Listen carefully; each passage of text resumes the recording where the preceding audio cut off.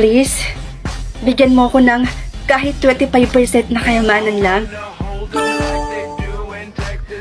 100%? Ang galing! Ang yaman ko na pala.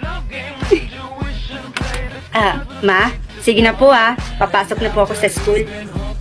Oh, anak. Nako, 100% pala yung nakuha mo. Bakit hindi mo private? Po? Bakit ko naman po ipa-private?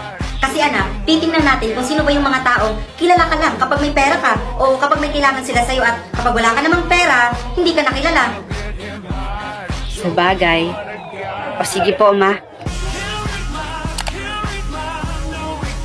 Alam mo kasi anak, maraming tao ngayon dito sa ating paligid na mapagsamantala, mapagpanggap, o kaya naman manggagamit.